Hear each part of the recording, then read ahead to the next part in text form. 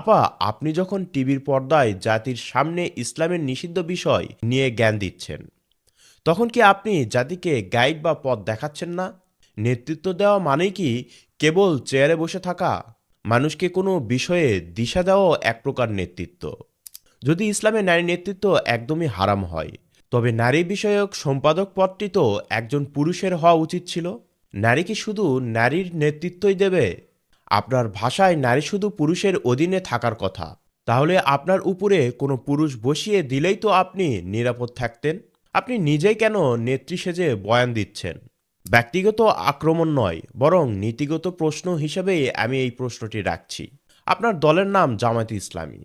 নিবন্ধন রক্ষার তাগিদে আরপিও আইন অনুযায়ী 33% নারী রাখার বিধান আছে।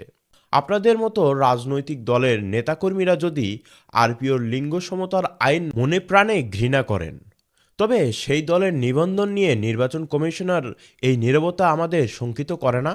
ভাবুন তো, যারা খোদ আইনের বিরুদ্ধাচারণ করেই আইনকে ভোগ করে, তারা ক্ষমতায় আসলে সেই আইনের কি দশা হবে?